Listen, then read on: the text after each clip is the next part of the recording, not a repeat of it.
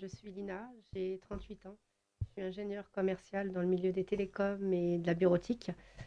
J'ai été placée de l'âge de 6 ans à l'âge de 9 ans avec ma petite sœur en famille d'accueil. Safia? Voilà, Safia, qui avait elle 4 ans à l'époque. Donc on a été placé en famille d'accueil en Île-de-France suite à un signalement. Donc on a été placé parce que nous loupions l'école quelquefois quand on était en primaire. Et parce que ça nous arrivait de temps en temps d'avoir des gros mots à la bouche. Donc voilà, ça a été un motif de placement. Donc déjà, il y a ce placement qui est, enfin, qui est pas trop compréhensible, quoi. Parce que Totalement. même quand on entend ton témoignage et même quand on t'entend parler de ta vie, de ton enfance, enfin, tu expliques toujours que tu ne comprends pas pourquoi il y a eu ce placement. Tu avais des Du parents tout. très bien, il y avait de l'amour chez vous. Totalement. On était issus d'une grande famille, une famille nombreuse. On était aimés. On ne savait pas ce que c'était la peur. Les seuls pleurs qui pouvait y avoir quand on était petite, c'était parce que des fois on pouvait faire des caprices d'enfants, mais c'est tout. On n'a jamais été malheureuse, jamais été maltraitée. Et un jour, on est venu nous chercher. Et c'est là qu'on a découvert, les travers de la maltraitance. Donc tu étais très jeune quand tu as été placé dans cette Oui. famille. Alors, si tu peux nous dire qu'est-ce qui s'est passé par la suite, enfin, suite à ce placement, quelle a été votre vie à toi et ta sœur? Alors pendant ce placement, les premiers temps, ça a été, on va dire, à peu près normal. On était dans une famille qui avait déjà deux enfants. Il y avait aussi deux enfants placés. Donc il y avait un petit garçon qui avait 5 ans à l'époque et sa petite sœur qui avait un petit peu moins d'un an. Donc on était quatre enfants de la DAS à ce moment-là, plus les deux enfants de la famille d'accueil. Donc au tout début, tout se passe correctement, rien à signaler. On est accueillis dans cette grande maison, une très très grande demeure d'ailleurs, où il y avait un chien, un labrador, tout était parfait. Et un jour, j'entends des hurlements. Donc j'entends un bébé qui crie. Donc je Alors qu'il n'y a traverse, pas de- il y a un bébé à ce moment-là dans la maison? oui, Ok. un des enfants qui était placé avec son frère. Et donc là, j'entends des hurlements, des cris d'horreur. Donc je traverse la coursive de la maison et je monte les escaliers et je tombe sur ma famille d'accueil en train d'enfoncer un bâton dans les fesses du bébé. Donc c'est là que ça a commencé, quand je suis tombée sur cette scène. Donc je lui ai craché dessus, je l'ai insultée, je l'ai tapée pour qu'elle lâche la petite. Il y avait des excréments de partout. Et ma petite sœur est arrivée, puisqu'elle était toujours collée à moi, elle est arrivée Bien directement. sûr. Et ce qui s'est passé, c'est qu'elle a lâché le bébé et elle nous a emmenés dans la salle de bain et c'est là que ça a commencé pour nous. Les premiers sévices, ça a été des noyades dans l'eau glacée.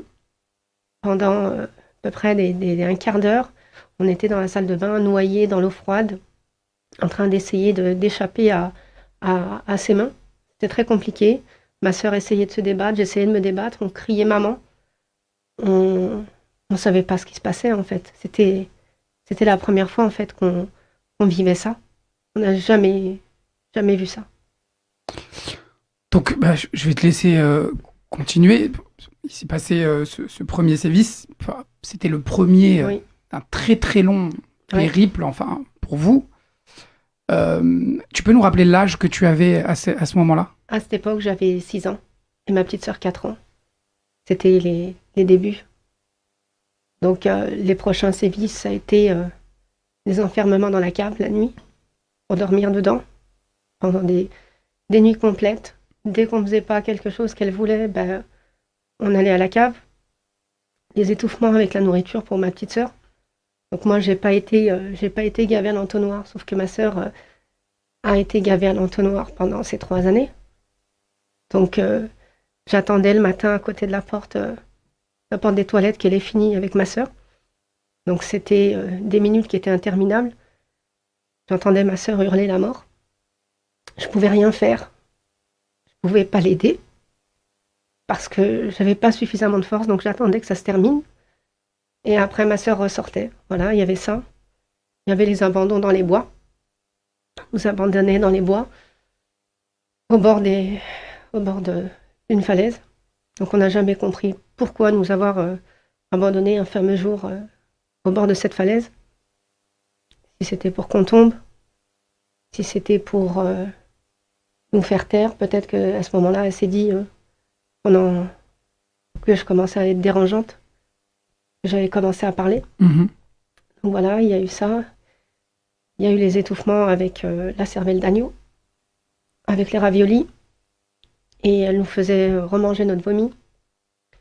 Les prises d'alcool de temps en temps pendant la soirée apéro. Donc on nous forçait à boire du Malibu. Donc voilà. Après, des trous noirs. Le fameux médecin qui venait pour me faire des piqûres. Ouais. J'ai jamais su. J'ai entendu parler de cette histoire. Parce qu'on a longuement discuté avec Lina.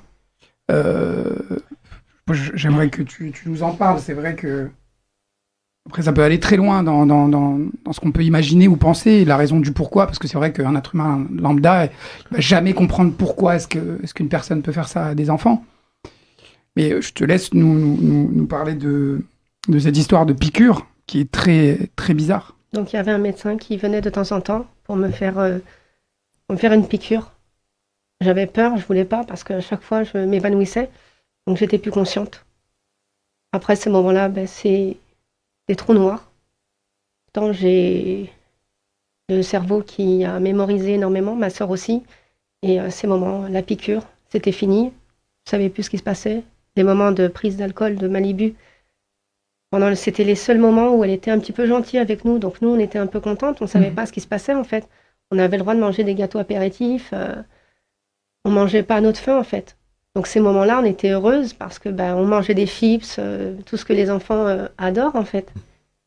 Et à ce moment-là, en fait, on savait pas que... On savait qu'il y avait du Malibu, mais on savait pas ce que c'était en fait du Malibu. Puis vous saviez pas pourquoi est-ce qu'on vous faisait boire. Donc voilà, totalement. Et les réveils en pleine nuit, quand vous êtes en train de dormir et qu'on vient vous chercher par les pieds dans votre chambre avec une lampe torche, que le mari part avec ma sœur dans les bras et que moi, je dois suivre de l'autre côté. Voilà, ça a été des choses comme ça pendant tout le temps où on était là-bas. Pendant combien de temps Ça a duré 3 ans, pendant 3 ans. Pendant 3 ans, ça a été notre quotidien. Et donc, après ces 3 ans-là, qu'est-ce qui se passe pour toi et ta sœur? Après ces 3 ans-là, donc on voyait quand même ma mère le mercredi. Donc on avait notre famille qui était toujours là. Mais à la fin de ce placement, en fait, on est retourné chez notre maman. On a décidé de garder le silence parce qu'elle nous avait menacé de faire du mal à ma mère. Et que si on parlait, on reviendrait chez elle. Et on voulait préserver maman. C'est la question que j'allais te poser par rapport à l'école surtout, puisque oui. Vous étiez scolarisé. Oui. Pas une alerte, pas fait... les professeurs. J'ai eu un jour une grosse crise d'angoisse à l'école. Donc j'ai fait une très très très grosse crise. Et c'est ma petite sœur qui a réussi à me calmer, donc à m'apaiser lors de cette crise, puisqu'elle avait tendance à me mettre des petites bêtes dans mes vêtements. Les petites bestioles qu'on trouve pour aller à la pêche et compagnie. Elle les mettait dans mes pulls avant d'aller à l'école. Et ce matin-là, en fait, à l'école, une des petites bestioles était retombée. Et donc, j'ai commencé à hurler, à crier. Et je m'étais cachée dans les toilettes. Donc, ma sœur m'avait rassurée. Et à ce moment-là, ils l'ont appelée. Et elle est venue. Et donc, elle m'a récupérée. Et depuis, on n'a plus remis les pieds dans cette école. Okay. Ça a été instantané. Elle nous a changé d'école peu de temps après. Pas directement après. Et puis il y avait cette pression qui faisait que tu savais que ce soit à l'école ou à tes parents, oui. Tu savais qu'il fallait surtout rien dire. Il fallait surtout rien dire. Mais j'avais quand même parlé à quelques personnes de l'organisme de placement, de ce qui se passait, notamment la psychologue et l'assistante sociale. Sauf que quand je rentrais, le soir, elle me disait je suis au courant que tu as parlé en fait. Donc c'était l'horreur. C'était encore pire. C'était encore pire. C'était des tortures, l'eau, la baignoire, la cave. Donc je redormais à la cave.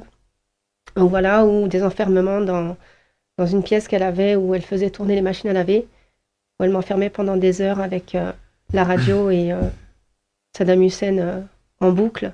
Saddam Hussein. Ouais, donc ouais. Je savais pas qui était cet homme jusqu'à ce que je grandisse. Et en fait, c'était constant. C'était la radio avec Saddam Hussein qui tournait en boucle et des enfermements pendant des heures dans une pièce à attendre qu'elle nous délivre.